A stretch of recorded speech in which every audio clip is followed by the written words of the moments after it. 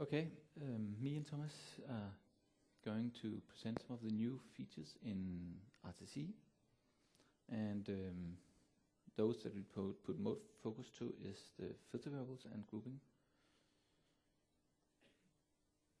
And then, if time permits, we will go to look at some group layout. We will look at ribbon configuration and some other improvements, and have a Q&A in the end, roughly half an hour. So if you can, wait a bit with hold back your questions to the end.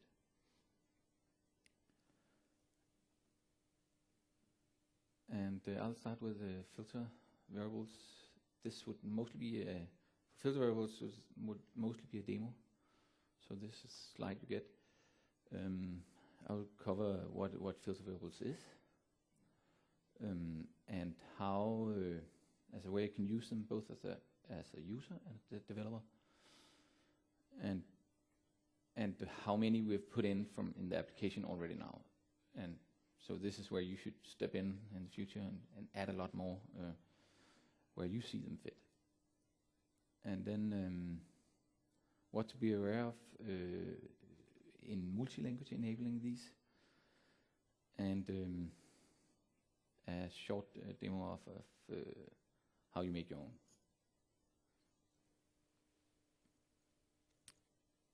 Yes.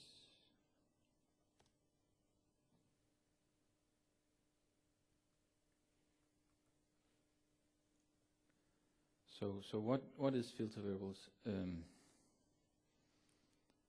I would expect many of you know the classic client, so it's not exactly the same as you had in the classic client. It's actually a lot more powerful. Let's just want to move this on. It's a lot more powerful because it does it's spread more around the application, more around the platform, and can be used many places of that in the application. And it's also has more intelligence built into the platform as such. So a short demo of what you can do. A similar one is have a sales order and go to due date. And now all of you know work date. You can do period, which is a thing that we've missed for a long time in RTC. Or work date, and so on. And you see the result, and you can go back and get whatever the value you typed in and change it and so on. Yes. And what I also want to illustrate is how what is it that you need to do? Like how does this work seen from the application point of view? So when I do work date and month,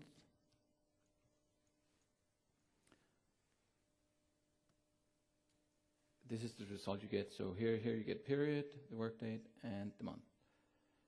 And what happens in AL? Sorry.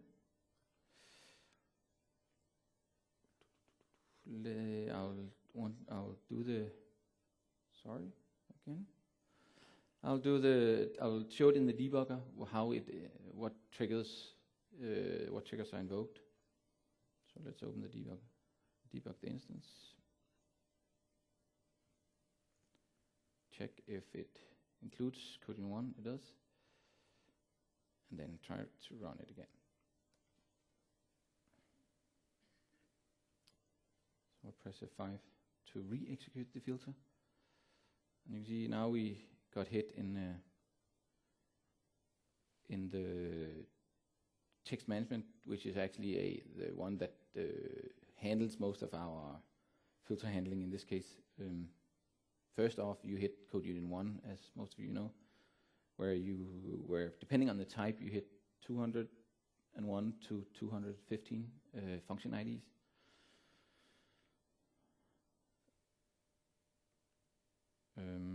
And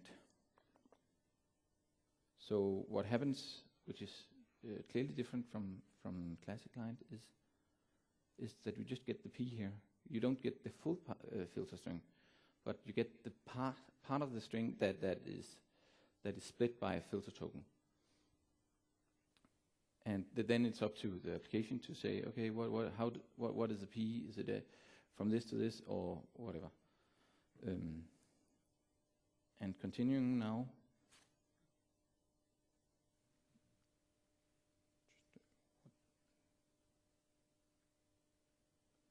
The next token is month. You might question why isn't it work date? That's because work date is actually passed by the platform now. And the way it works is that it starts by trying to pass it, and if it does pass it correctly by platform, it'll then just end there. And if it can't pass it, it'll pass it on to the application, and then it's application responsibility to figure out what is this variable, the value of that variable.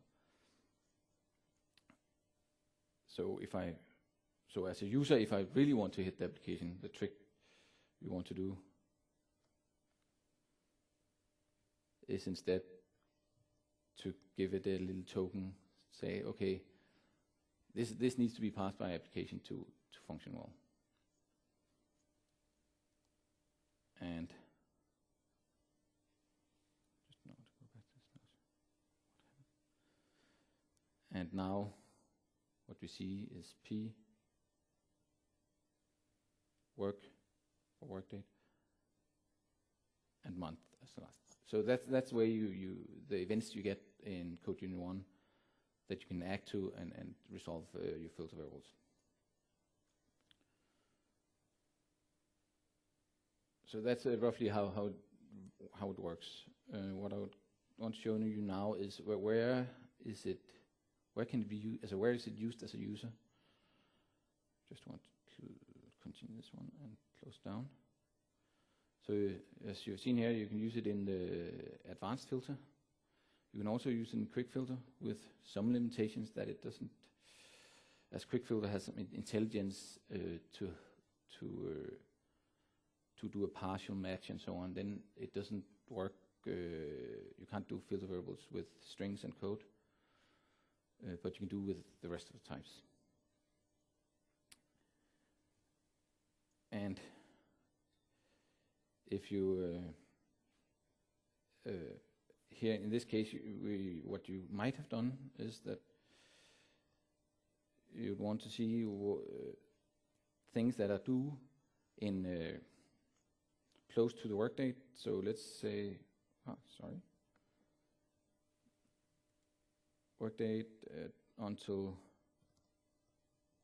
work date plus 7 days. Then this is the result you get.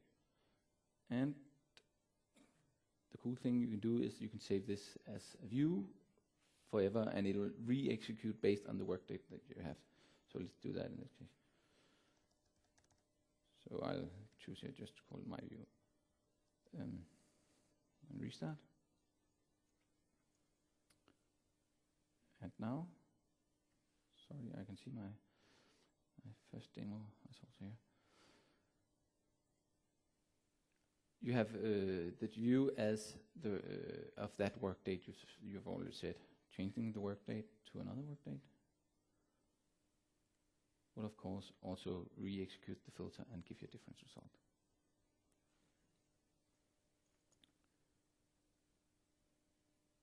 And this is what you roughly can do from the UI, but below it's actually also available from code. So going to budget,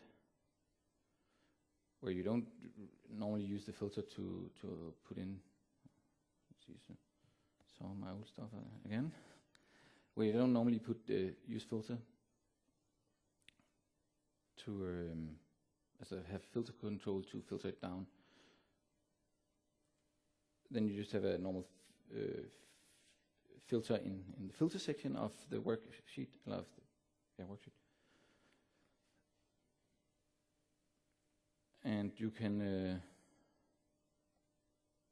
filter as you would expect. Sorry. Today, from period to today, whatever you have of filter variables would work here as well. Even without the code that is currently in budget. And I'll just quickly shift to that.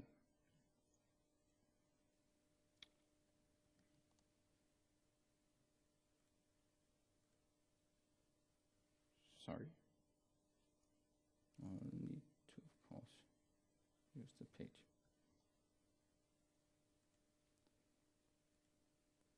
So what you have today is that you actually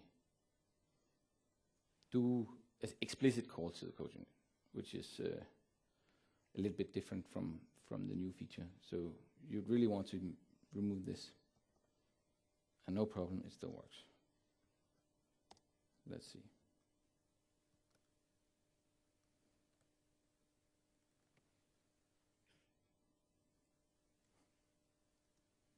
Everything works. So, just as expected. And this would also work for other types like the new query, charts, and so on. And I'll make there's a lot of different chart innovations in the late start C, but I'll just try to make a short demo on a place where it's simple to go in and add it. So here I have sales by location. Jumping to here. So if I export that, I'll choose not to in this case. Then you get something almost like this. What I've added is the sell to customer, a filter on that saying my customer. And that, of course, also executes based on the same. So what you'd see, maybe I should remove the debug. So what you'd see if you go in here and customize the role center, adding a new part.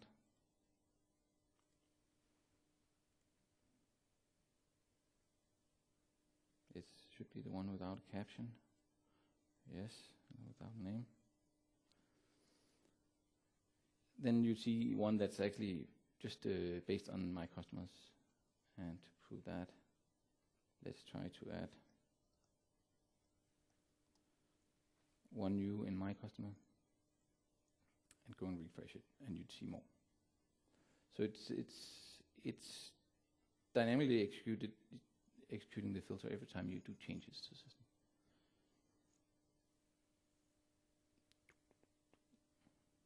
Okay, so next on my list is yeah, you can take a short one.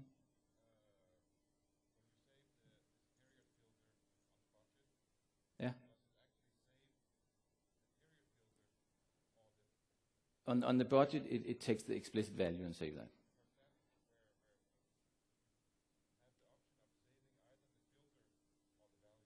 Yeah, so you'd likely do that.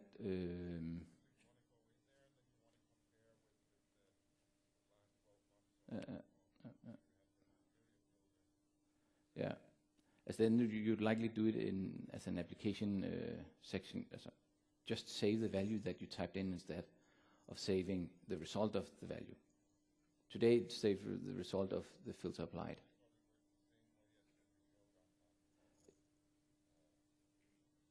Yes, that behavior is purely for the advanced filter. The behavior where you can just to quickly show it again, as the behavior where you can say my customers, and then when you leave the field, when you leave the field, you see the value. When you go in, you'd see what you typed and can modify it again. but I agree it'll be cool to have it on budgets as well. Then let's drill into what. Okay.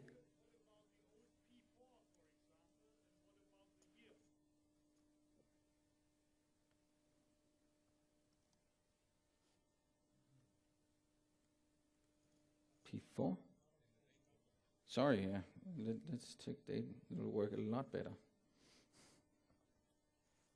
So we have in Code Unit 1 we have just extended what we could do in the past, adding more stuff. So what you had in the past around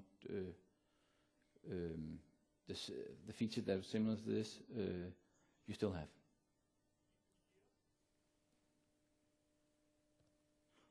Yes. I'll go into the code so you can quickly see what we do have.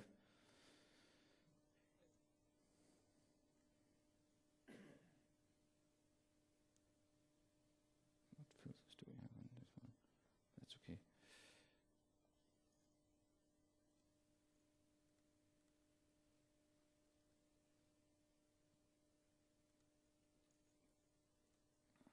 So as most of it is as all of these are in our application today, just handled in the application. Like just handled in this code unit, I can just show it. So what you have added is me and user, the same, company, and then my customer, my items, and my vendors, which are based on the list that you build up in the role center. And for date, which are the one just questioned, you have a period, year, today, work date now. Today and work now is the same. Yesterday, tomorrow, week, month, quarter. And you also have the date formula. So you can say today plus 7 days and so on. I can show you that quickly. So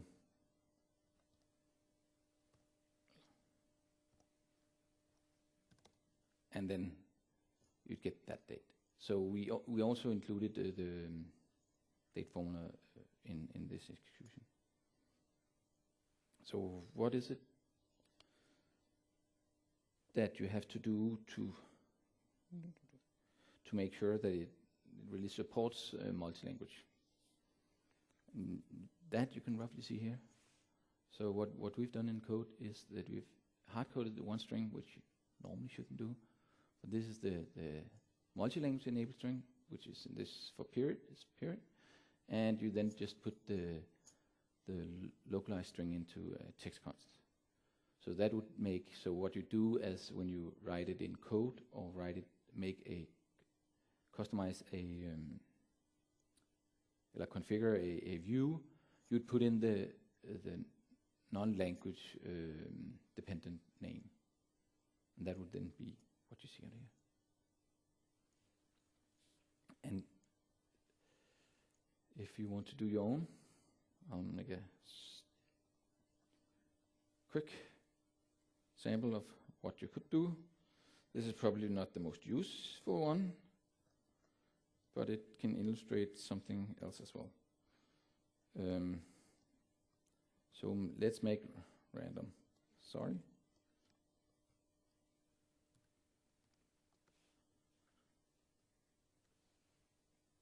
And for this, just take the last part, I can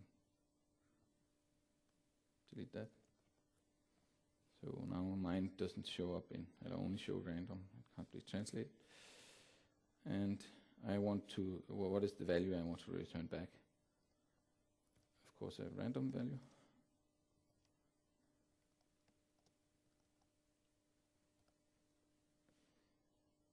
That should be it. So my first filter variable. And as this is linked up to Code Unit 1, you really need to restart the server to have it kick in.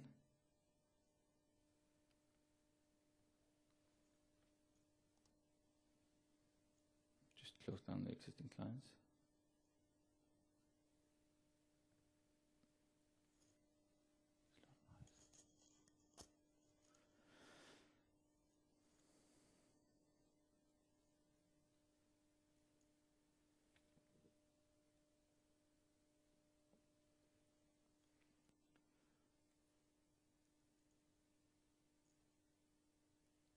So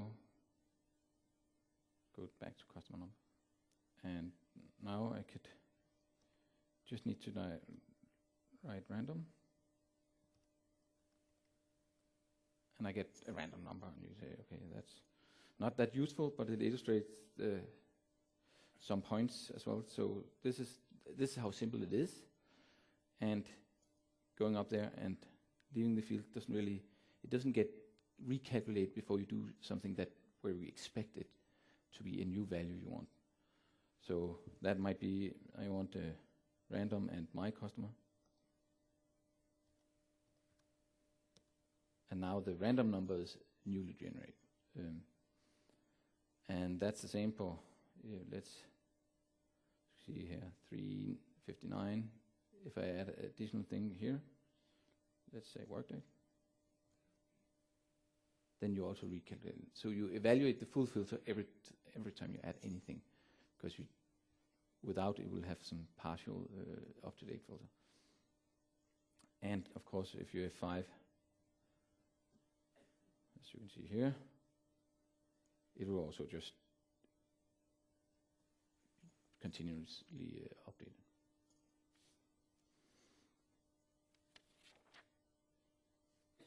I think just a short question. How many of you know the function numbers for the classic client filter variables, so where you did do a similar thing in classic client? None? Okay. Take a finger if you do. If you know the numbers to use for adding the same functionality for other types in classic client in the past. Okay, I'll just give you one small slide, so you should also be able to get it in the slide deck. Type it in.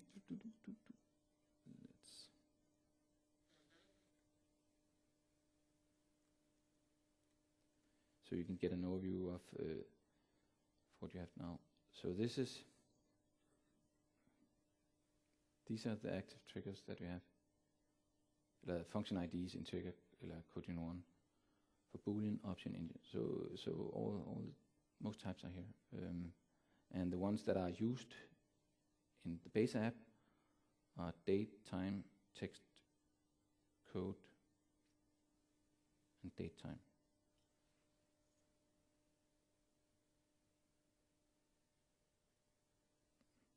Not just one.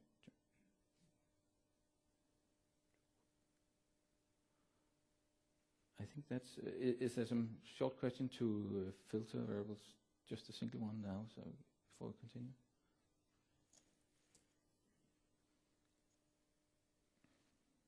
No? Oh yes, one.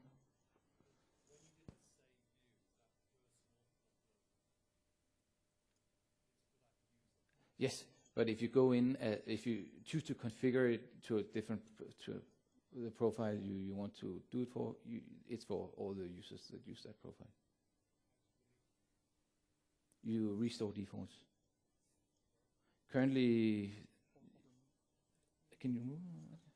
Okay, you can remove a single view in when you go and customize the navigation pane. But yeah, both. Those that are if you are personalizing, then you can remove the ones that are configured and so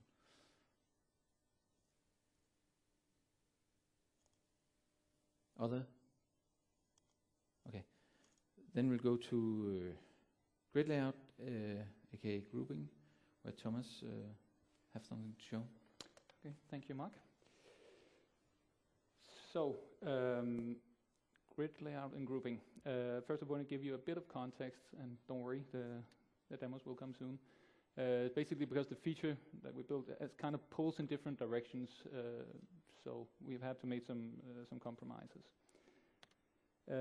So one of those is actually we don't have it supported on the web and SharePoint clients. It's for now at least a Windows client only. So what you see here is actually a screenshot from the item card page, I think it is, where I actually see a grid layout working in the Windows client, and it's just rendered as it would default in the web client. So what is grid layout? It's basically a superset of fixed layout, but it's built for a different purpose, and the UI rendering is a bit different. So typically you use fixed layout to show statistical type of things, statistics pages. And grid layout is more to allow more flexibility for application developers to show compound fields and related fields, and that is mainly accomplished by reducing the amount of white space that we have. So you can see a screenshot here of a sample that I'm going to do in a minute.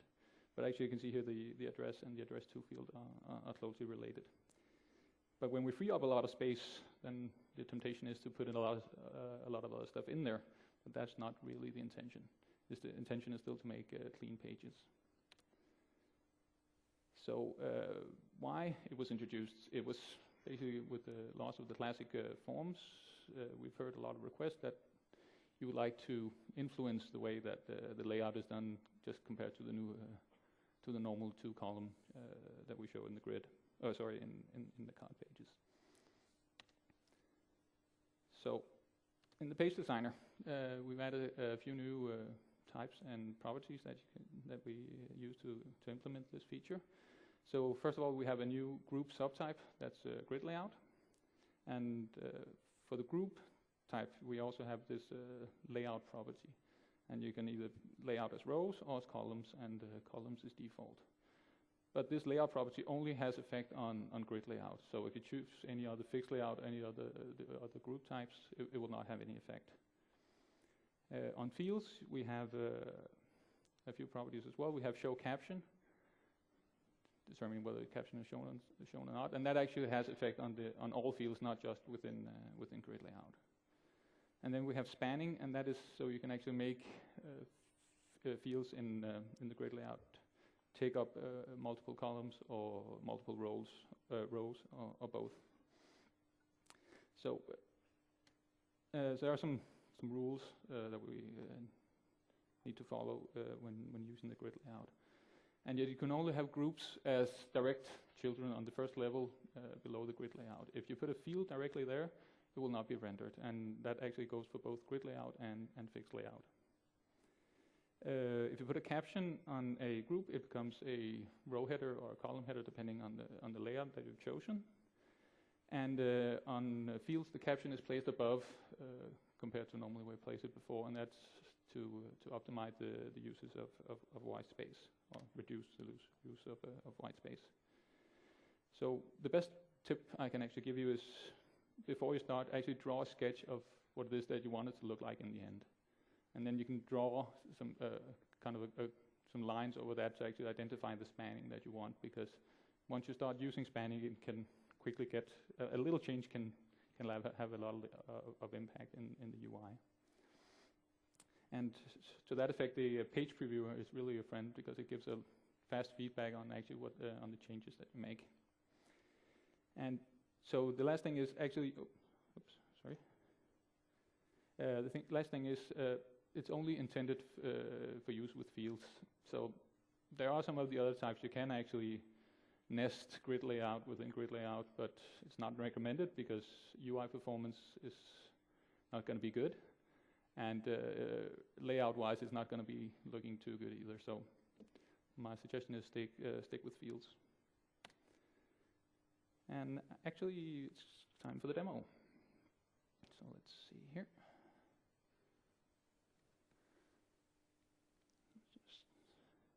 Sorry? Oh.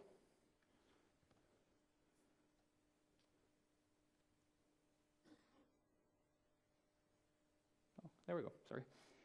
So let's just go to the correct pages here.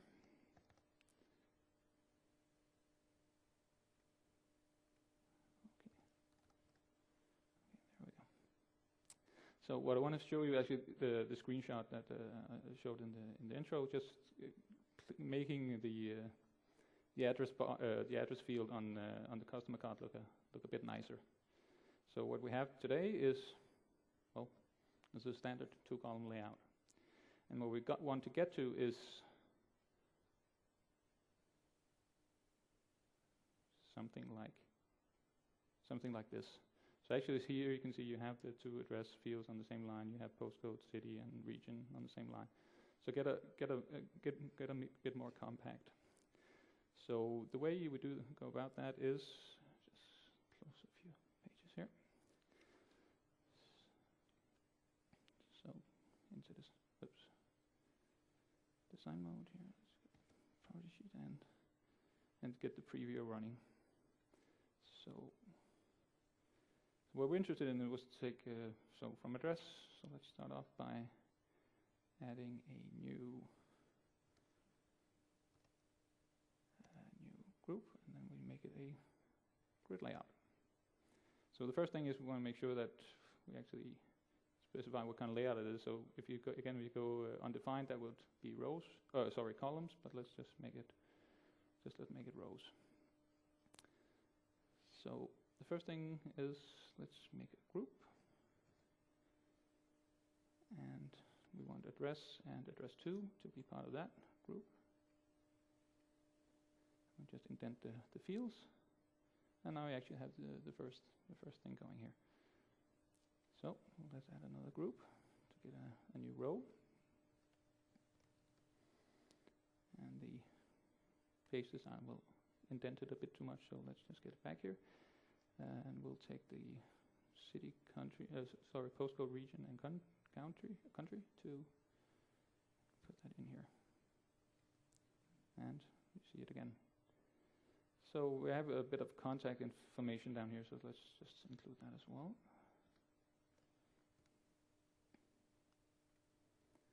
Here, let's see. We'll take those 2 here. And we'll just put one more with, let's get contact into the last field, the last row. And now actually it starts looking a bit like what we want for the end result. But you can still see there's some empty space here and here and here. We're not actually using it all that much. And you can also see there's not an alignment between the name and the address field here, and that doesn't look too nice. So if we go and to the first group, actually I mentioned that if you add a caption to a group, it will become the header of that particular group. And now we actually have the nice alignment. Then you get the caption out here, and the other fields will align. Let's just do the same thing for contact. So that's the next step. And now we actually want to start using spanning to make the controls take up a bit more space. So if we take address here, and we'll go to this one, column span, that is down here. Oops, oh. Now we say span 2. And now it's spanning 2 columns. So let's see if we want to go. I just want to switch these 2 fields here, phone number and primary contact. Okay, so primary contact, we want that to take 2 as well.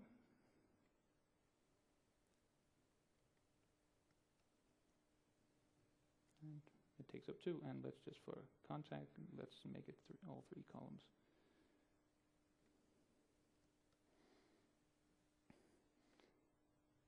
And actually now it's looks like we want it. So the thing, there's a bit of difference. So what you see in this page preview is not necessarily 100% pixel per pixel what you're going to get in the running product, because this page preview doesn't show any data. So you might want to show it with data to get an impression of the final result. So here we actually have it running. So one of the other properties I mentioned that you could touch is the show caption. So we actually already have address here, so maybe there's no real need to say address and address to. So let's go here. Oh. Yes?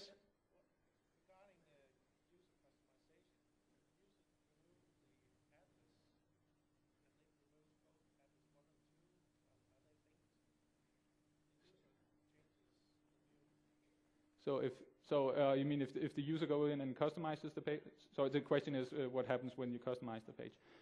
So I'll get to that in a bit, but the short answer is that you cannot directly change the order or move the controls about. There's a way you can hide and show fields, but I'll get back to that in a second. So show caption here, sorry. Say no to that one and to that one.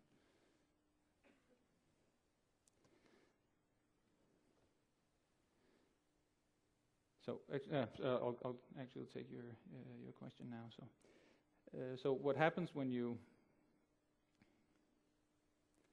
want to customize the page, or the user wants to customize the page? So go in here and customize this page. It's under fast tabs, and you will see it's under the general group, so that's the one we customize. So we have compared to the previous release, we actually have this customize button here where you can actually choose which group that it is that you want to customize. Because since grid layout is actually a group, it's just it's a nested group. So when you have general here, you'll just reorder and do what you normally do with the fields in the general group. But unnamed, so that's the grid layout. If we had chosen to give a caption to the grid layout, it would have shown up here. We can go do that in a second. So what the thing is, and I guess that hopefully addresses your question, is what can you do with regards to moving? So we decided to disable actually removing or moving controls in a grid layout.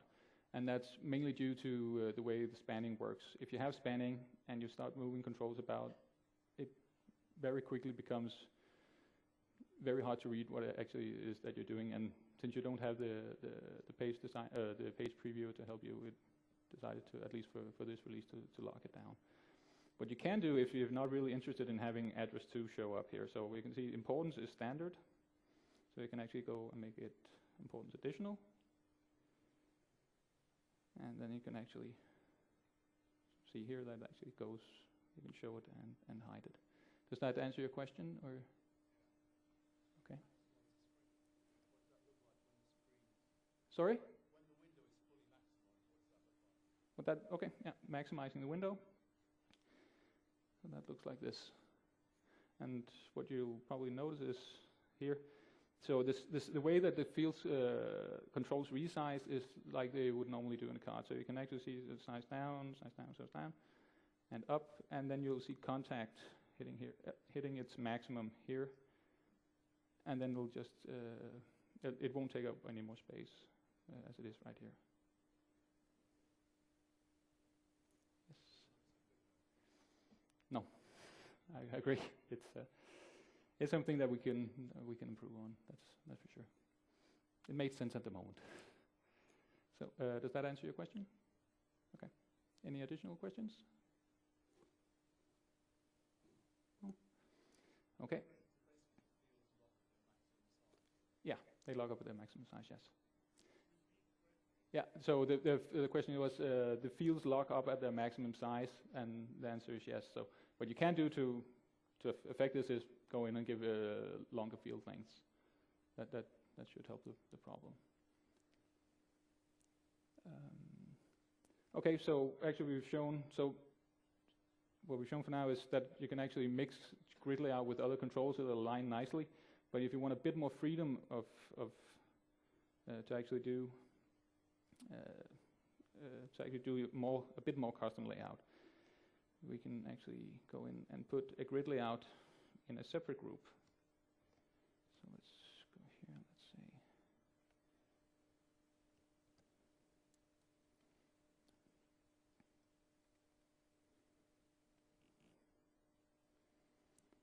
There, and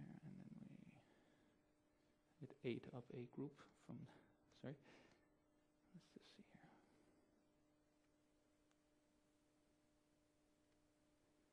That should be the general group again.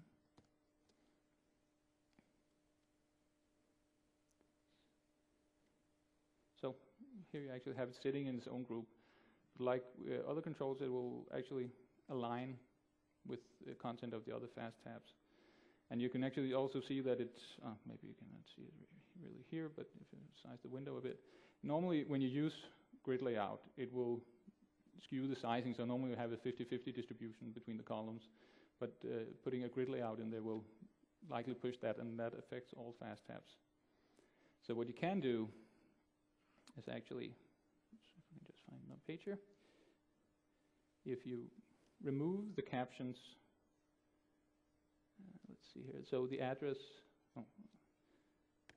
and the contact captions here.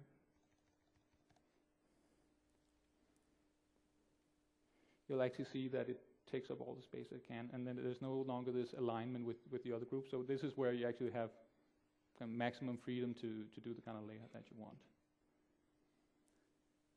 Let's see here. Just want to make sure I get. So also, so if one of the things that you can do is if you want to, for creating a particular layout, let's say that you weren't really interested in showing the primary contact info, but you still wanted the phone number to be over here. So basically just take this, the primary contact number, and make that visible false. And that would actually still take up the space that the control would normally would, but it would just wouldn't show it. So that's just an additional way that you can actually. And that's the one case, one of the cases where the page previewer is not your friend, because it will always show the control. So you have to actually run the page to get that shown. Did I take the wrong one here?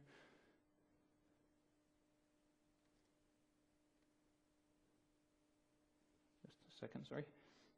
Ah, yeah, I took the wrong control.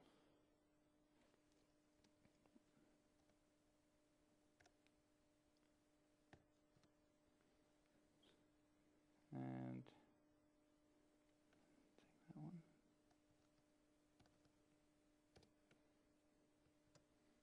File.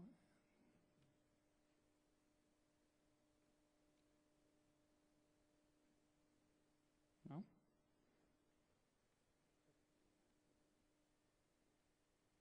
Oh yeah, okay, yes, sorry, here we go. Just collapsed it a bit too much. So here we would actually see that this is no longer shown, and that the phone number is shown over here.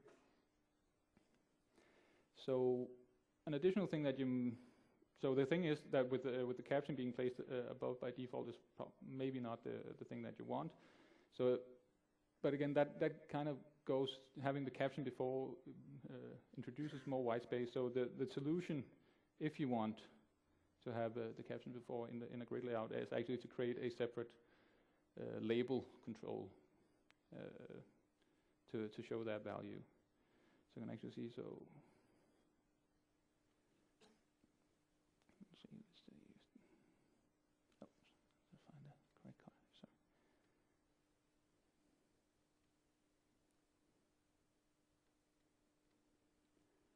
So here we actually on the correct page first.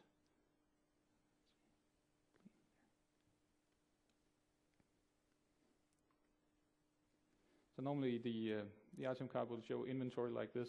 We would still like to make it a bit more compact. Well, you can actually do that, and that's the page we have here. So actually, we create a grid layout, and then we just have the caption showing before. And the way that you do that is by actually, so we can see here, so we create the grid layouts, and actually we create a label field for each group. Oh, sorry, for each of the fields. It's a bit more cumbersome, but it's a way to so that you get around it.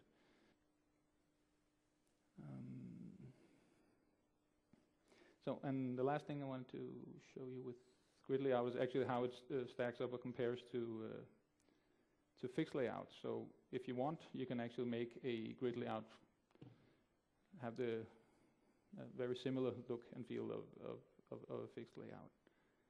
So I'll just find the, so let's just take the machine standard statistics page that normally looks like this. And let's find this one here.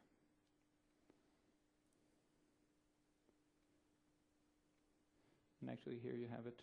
Oh, see if I can bring them up next to each other. Here. And here you actually have the same thing in the grid layout. And what you would do is to make that work would be actually go in here. So if you want to do a straight up conversion of it, you can go make fixed layout a grid layout. So let me just get the preview. So you'll see that actually there's part of what the fixed layout does is it automatically create the row header for you. And in this particular case we don't, because the column, when we use the column layout, it actually becomes the column header, not the row header. So in this scenario we would actually have to, let's see here, create a group. Create a group, a column basically to hold the captions, or what would become the row header. So let's just say here. Oops.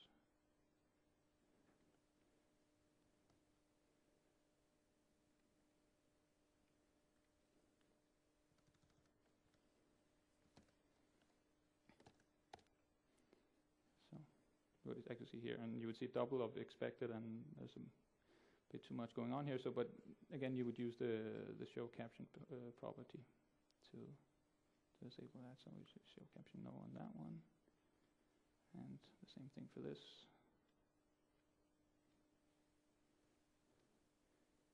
And there you would actually, and then you would for each row go through the same exercise, and you would end up with something that looks like this.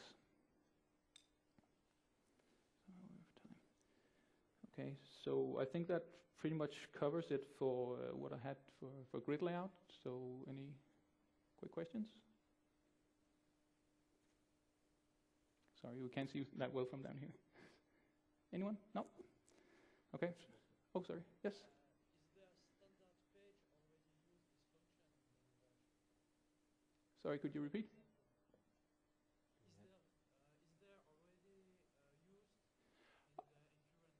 there already used Where we so the question is there a page where we use the grid layout? Yeah. There's a simple page, but a simple usage of it on the item card. I think that's page 30. Let's just see, find that one. I can show you. Memory serves me correctly, yes.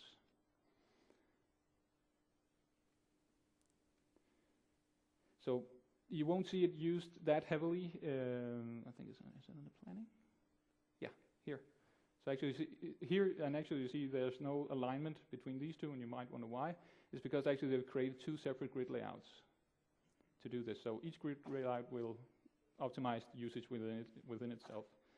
And the thing is that the reason why we haven't used it that much in the application is basically we want kind of a look and feel to be the same whether you use it in the Windows client or the web client. But of course we hope you disregard that little thing that is not showing nicely in the web client and start using it in the Windows client. Yes?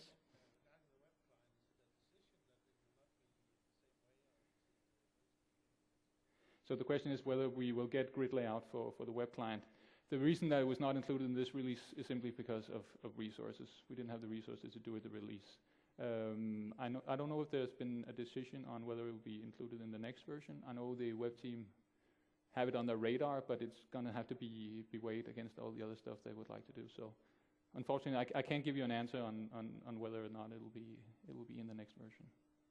But I keep my fingers crossed. So, yes?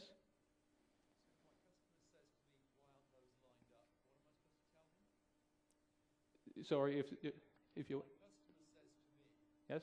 why aren't these boxes lined up? What am I supposed to tell him? So these. There are two groups.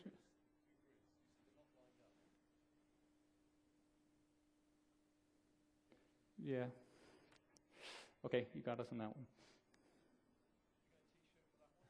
You can get a T-shirt for that one.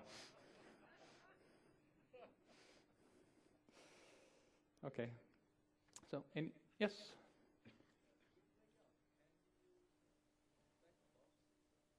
Sorry? Yeah, so yeah, you can use it in FactBox. I think actually you can use it on all types of pages if you like. I've just shown on the card here because that's probably the most common scenario. But I don't think there's any pages where you cannot use this. Yes? Any more questions? No? Okay. So the next thing on the agenda was a ribbon configuration. I'll just give you a quick, we're running a bit short on time. Give you a quick idea of what it is that you can do. So here we have the sales order card. Let's just take that. And some of you will probably recognize this form. We made a bit of changes, so actually you can search on actions here. So instead of having to browse through the entire tree, you can actually just type here, and it'll filter to the actions that have this particular caption. So I just want to give you backing up a bit. So there, from the page designer point of view, we haven't introduced anything new with regards to the ribbon. So you still have this promoted this big, promoted category properties. So what you can do in the configuration / personalization here is that you can create your own tabs, and that's not possible from Page Designer currently. So let's just create a tab. My tab. Oops, and then create a group. Very imaginative names, but it'll do for now, hopefully. So let's just say we want to add post to this one. And we actually will have one more level, and that's the menus.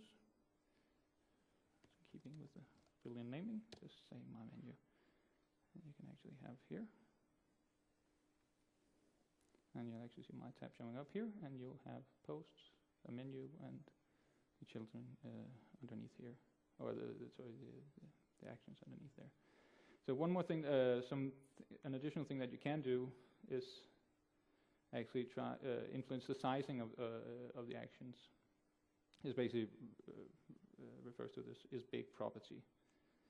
So normally it'll just default to whatever the UI will prefer, but you can make it explicitly small. For example, if you want the post to be explicitly small, then it's small. A tip about when you add or create these groups and tabs and menus is don't overload them. Don't put too much into one because it shows less. It shows small icons. It shows less text, and it's kind of hard to navigate these things. So if you can just let's see if we just add. Let's take about this page, and then we just add a lot of those down here, and you can actually see how the sizing would work. It would say a lot of small actions.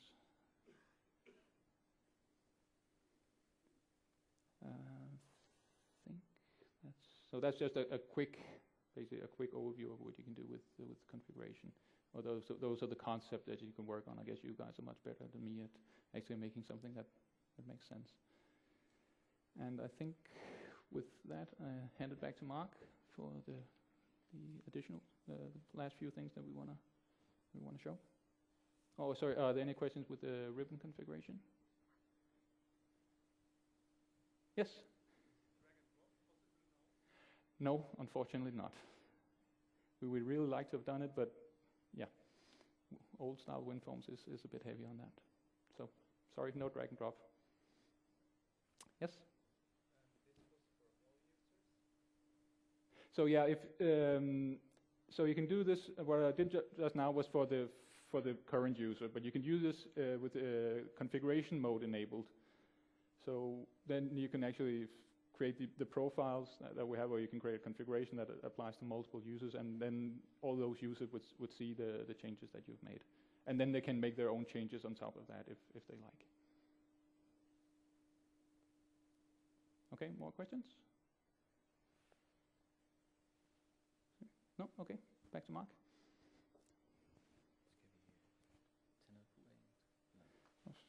Oh, actually, we're closing on 3 o'clock, and we wanted actually to keep half an hour for Q&A, so let's just head off with the questions, and if we have more time in the end, we can take some of this extra material. So, open up for questions. Shoot. First question gets a t-shirt. And maybe the second. Yes, over there.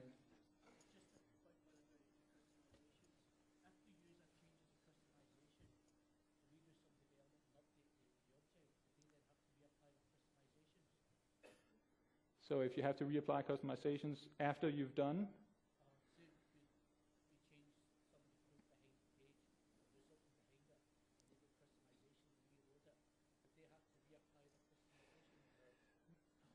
so the question is whether we, again, if we had to reapply.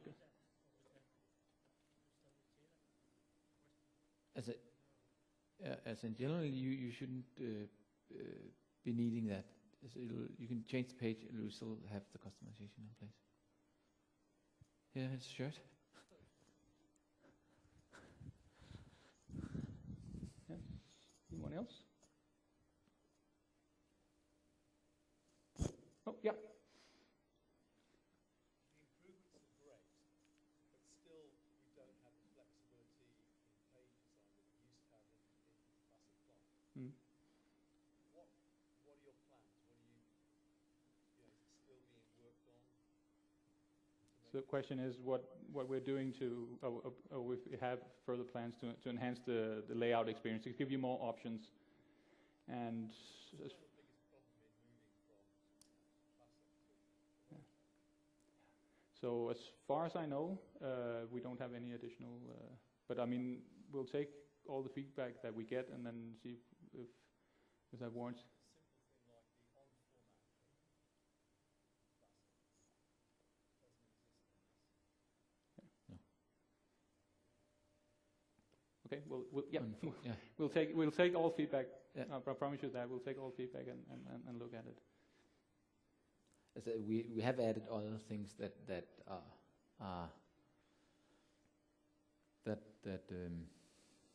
are stuff that you could do in another way in the classic client now for RTC.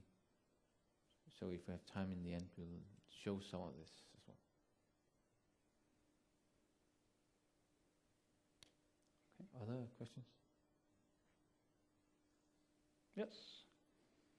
Coming back to the beginning about variables in filter fields. I did not understand what you told about multi-language functionality. Is it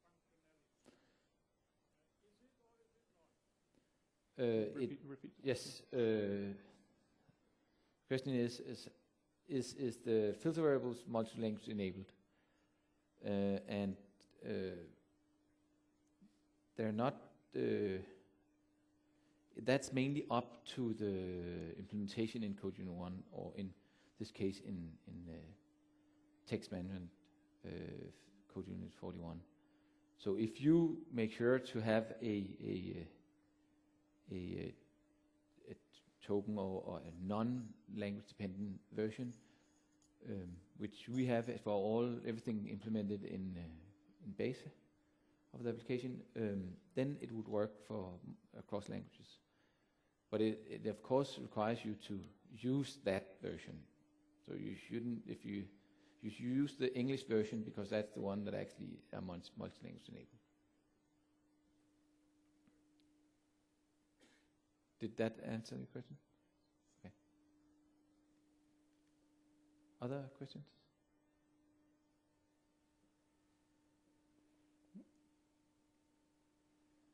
No? We still have more t-shirts. More teachers? No? Yes?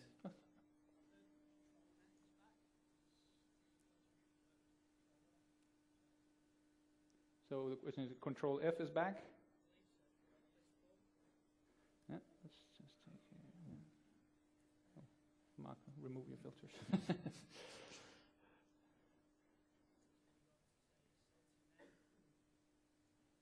So, Control F here. Okay, you mean yeah, in groups, you mean?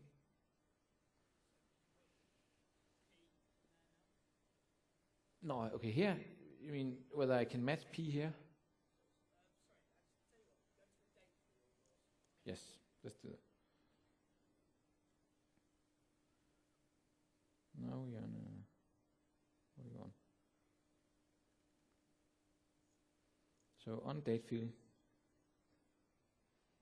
then you're asking, could I so write work date here? Or P? Let's as P is a little, that's a range, I doubt it, but no, it should work.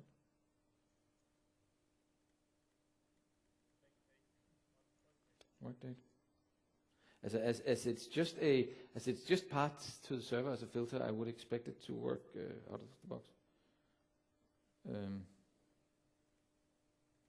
No matches. So what is the work date? Let's change it to something that we can see here. And do a Control F. And do a work date. Yes.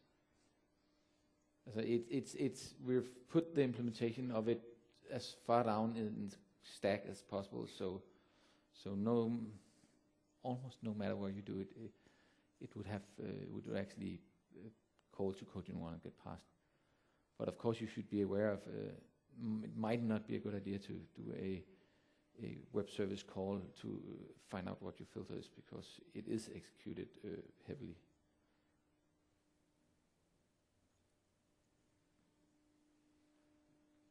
Other questions? Yes?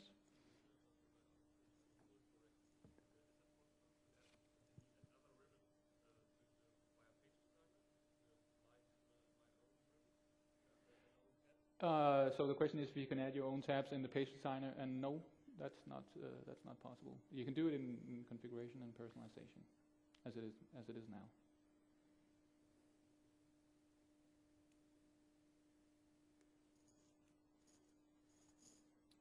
Other questions?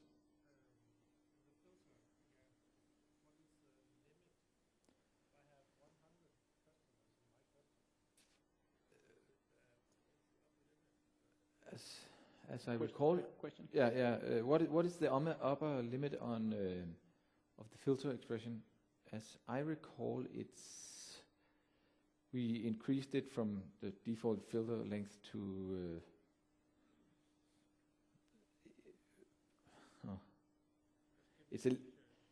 You can get a T-shirt. It's more than what it is today. I just can't remember. I think it's dependent of the depth that you can do the SQL query on. But you can get the T-shirt anyway. And because we actually found that it was an issue, most people would have sufficient customers not to make it fit. So we did increase it, and we also made. There should also have been done some optimizations. So if you have customers with numbers that are just beside each other, we would say, it's a range. There's 10 customers, sequence number, and so on. So there are optimizations to make them fit, and the length is greatly increased. Where you'd see the biggest problem when you do that is in the UI, because how would you show it in a good way in field control? So today you'd see it chopped off at some point. But when you go in and edit it, you see my customer still.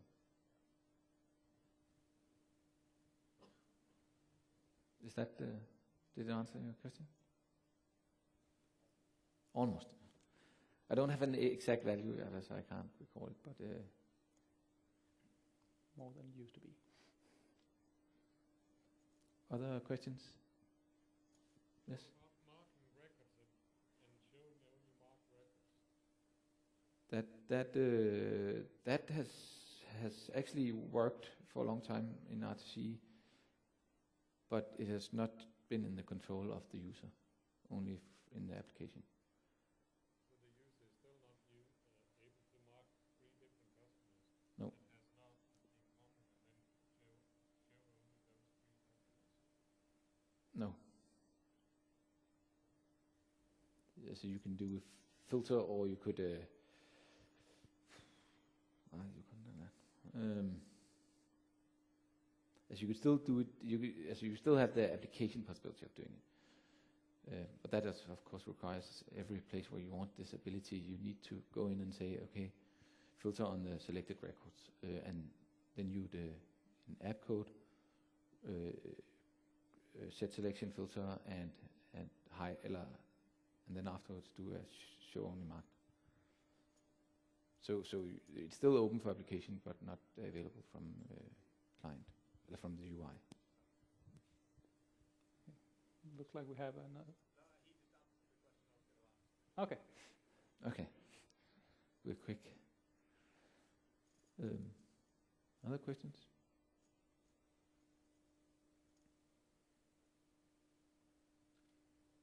Okay. Okay. So we still have actually 20 minutes. Okay, so we'll continue on take some of the last things and go through them, but you're welcome to ask at any point, as it's still Q&A. And I'll go back to the slides so you can see what we. Thomas will keep an eye on you if you have raise your hand. Oh.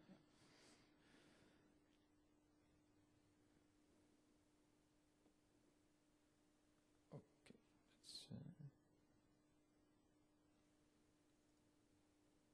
let's just go through the different. Some of the different improvements we want to show. You should maximize.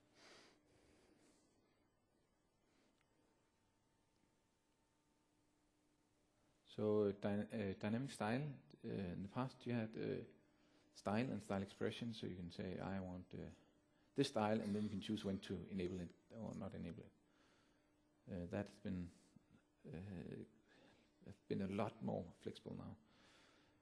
And then dynamic visibility. We've increased some of the visibility options. And then quick entry. And we've done some, which is the ability to skip fields that are less relevant to edit, so you can get faster through creating customer or creating sales order and so on. And then we have reintroduced OnAfterGetCurrentRecord. So you have more power for saying, okay, this only needs to be calculated when I'm positioning on a specific item. I'll go through and show them. It might not be in the order you see here, but I'll start with dynamic style.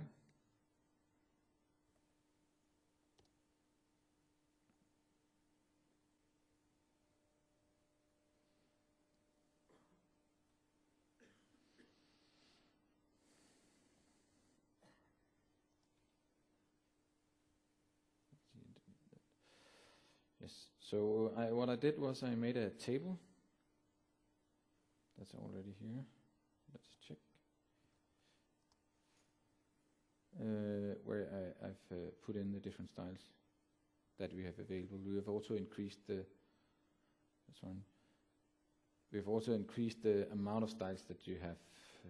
So these are styles you have now that you can set at whenever whatever style you want, you can just choose it, and it actually take it as a text. So doing a page on. So let's do a page on this table. Make a list.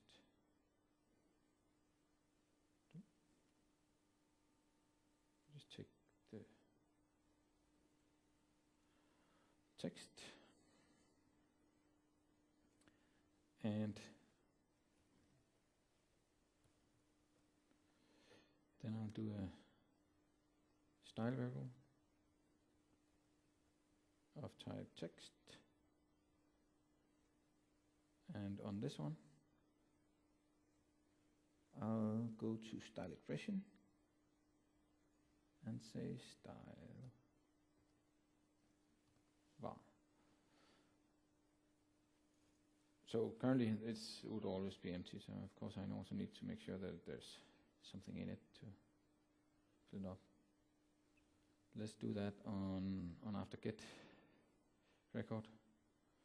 So style var equals text. What an E.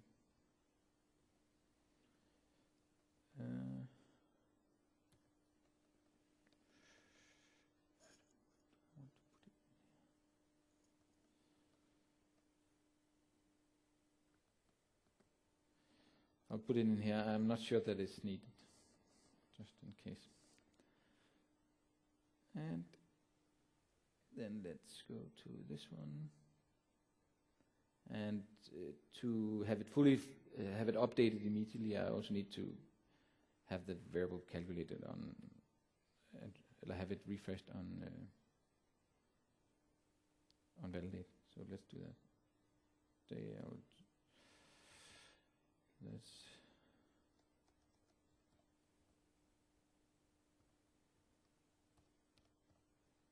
This should be it.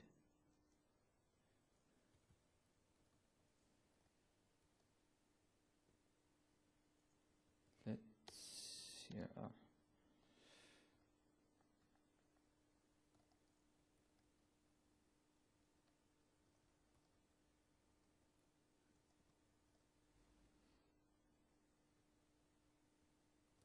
so let's try and run it. So these are the styles you now have, which is more than in the past, and also how you can see how they're shown, and that they could change whenever you change a value. So you can, the style isn't fixed as it was in the past. It's whatever you wanted at any point in time. Any questions for style?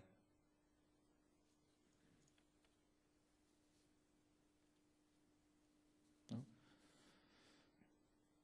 Then dynamic visibility. We've creased it two places. I'll just show one. It's we are more in the past. Most of the visibility you could set. I think that it was only dynamic, as I recall, on groups. That's what you use for wizards. And now it's also for columns and fact boxes. And I'll do a demo on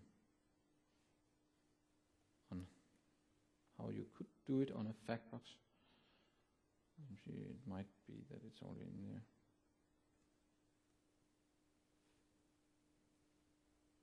Yes, so you define a variable, cell to visible, boolean, and in my case, I then said, okay, if the customer is at location yellow, then this fact box is relevant. If you're not, then it's not. One thing to be aware of is as soon as you start controlling style dynamically, the user loses the option to control it. Visibility. The visibility dynamically. Then the user loses the option to choose what he wants to see. It through configuration or personalization. Question on that. Yes. Does that affect all controls or just the controls you are controlling? Only the specific, the one that where you control visibility. That's the one that the rest can still be customized, like configured or personalized. So going to the customer list. So what you'd see is that I'm on yellow, and what you should keep an eye on is this one, and it's gone. So you can have the fact box that makes sense for what you focus on.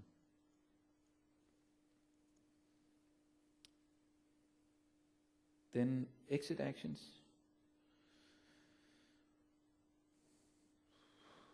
Let's go for the slide on that one, because it's the last. I'll first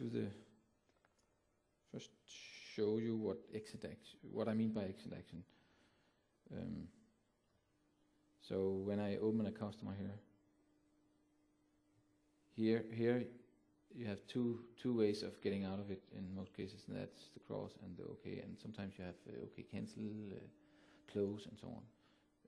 So what we've done is cleaned up in types in the types we have, and in the different things we can return, and also try to align them, because we would really want OK and this close to act the same. That's what it does now. That's good to be aware of. Let me show you how it a diagram, a snippet of what. No, what? Wrong.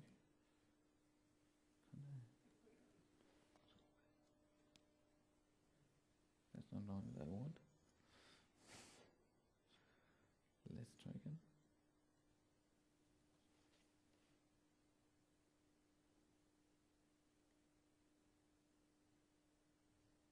That's better.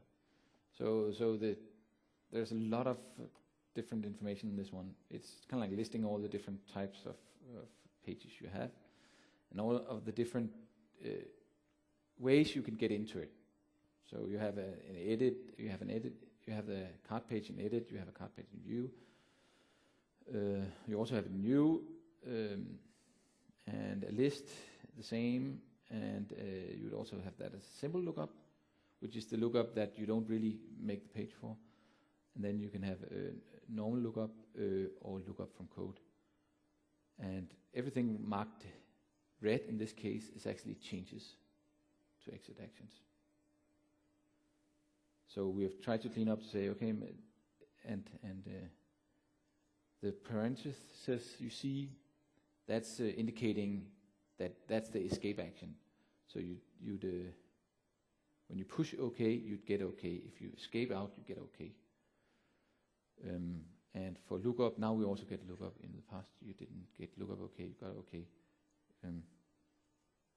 In some cases, other cases, you got lookup. Before, it was a little bit inconsistent. And you would, for lookup, get lookup OK if you pressed OK, and lookup. Or you would get cancel if you push cancel instead of lookup OK, lookup cancel. And what we've also done, some of the reason for doing this was that in the UI of web and SharePoint, you wanted actually to show close, but we didn't want everybody doing app to have now also say okay close or okay that's actually the same. So when you push close in web and SharePoint, you still get okay. That's this one. So you don't need to care about that from the application point of view.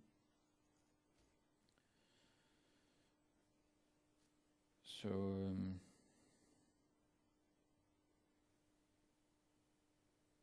let's go to this one. Just shift the order a bit in the slide and show the customer. The quick entry is a small feature that can really be utilized to add good value.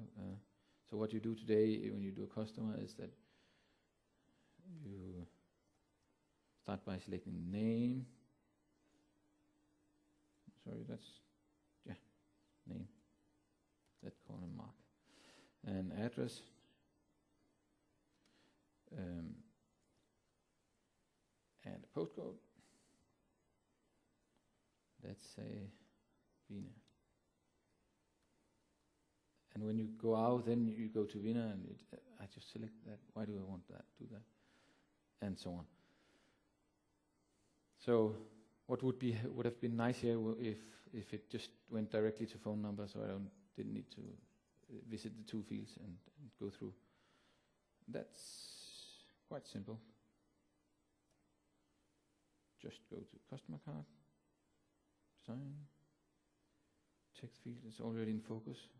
Strange. And then let's see if I can find it. Quick entry. So when we type in the postcode, we would want to skip the region. Yes.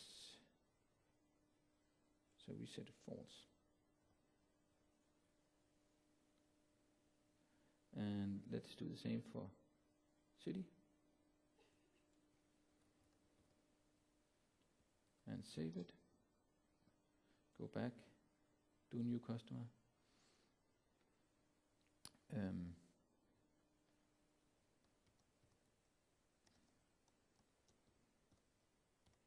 Let's get on Thomas this time.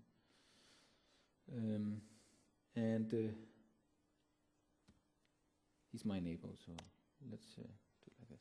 So you can just, as you saw here, just skip directly to the next empty field. It's up to you to define whether it's valuable to go to the next field or not. And the way to do it is just setting it in skip entry on the fields you want to skip.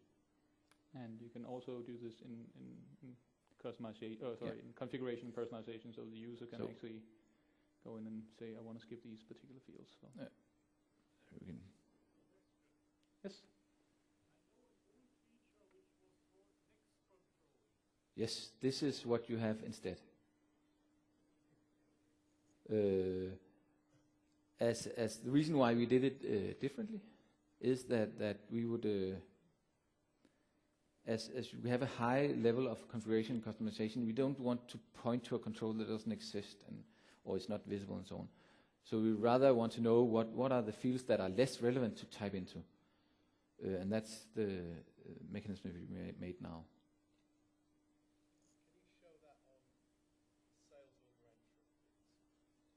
Have you tried it? I think I know what you're going to ask, but I'll do it anyway.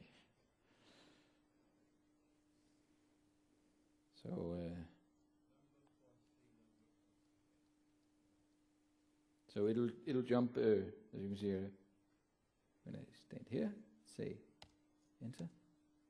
So it'll skip the other fields because it will expect on the lines. Okay.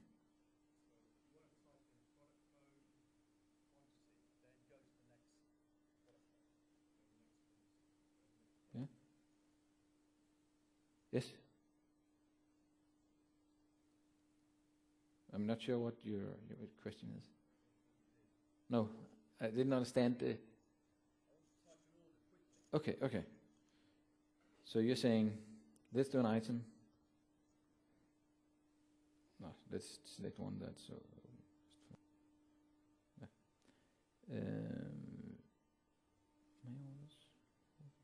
Let's just take hold of this one.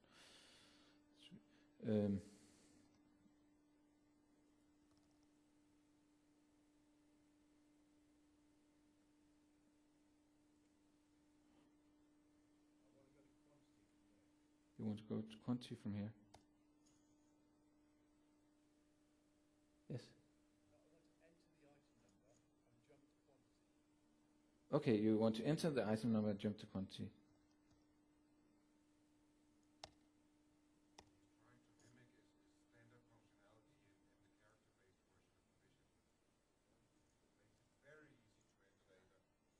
Yeah, but didn't I skip? Is it?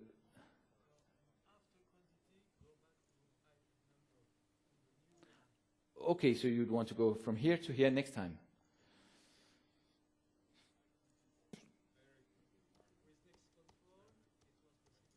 Yes, you'd have to go through all of them, except from if you said skip entry on a quick entry and false on the rest.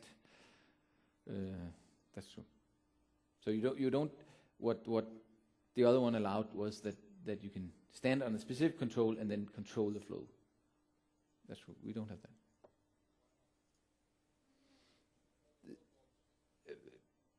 Mainly for the reason I said before, it's as the UI of the new client is a lot more configurable, and you don't know whether you have that control and so on. Then we would want to have something that is less explicit.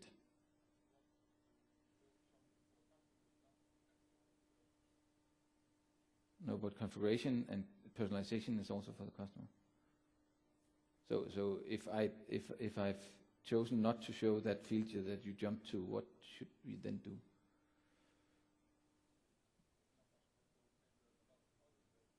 What?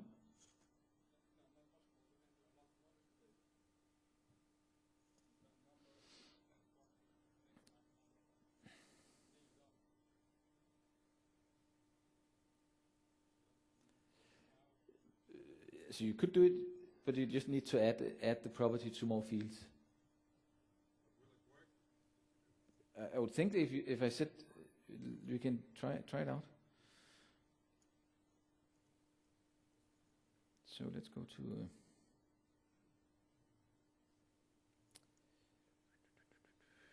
sales order subform design,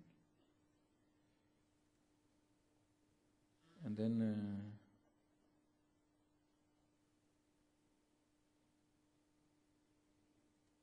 let's see what it is today. And you would want to go from what? Quantity and forward? Blah, blah, blah, blah. Quick entry.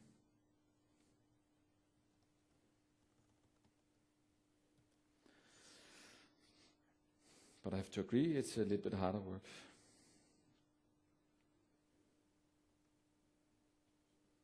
You see, some of them are already had it on.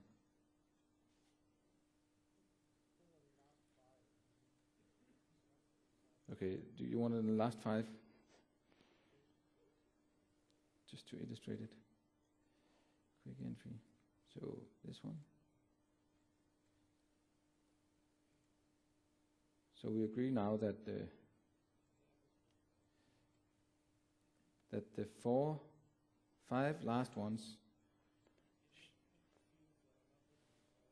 Sorry. Let's. Yeah, I have to keep track on a couple here and there.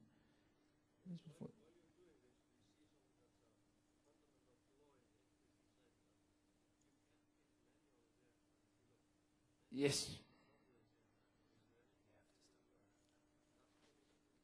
Okay.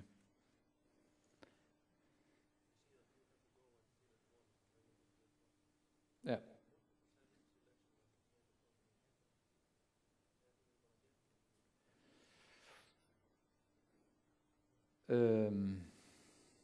I can't promise that. I don't think it will be something for V8, as I know. Yeah.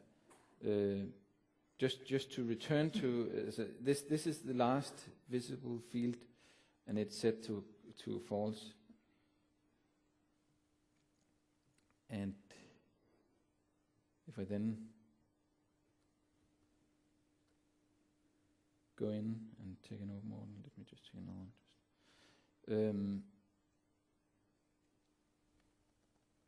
Just go to the end. So this one, I hope you saw it. This is the last field. This is the second last field. When I press enter on the second last field, the next one is skipped, and I'll skip to it. So you could go through them and do that for.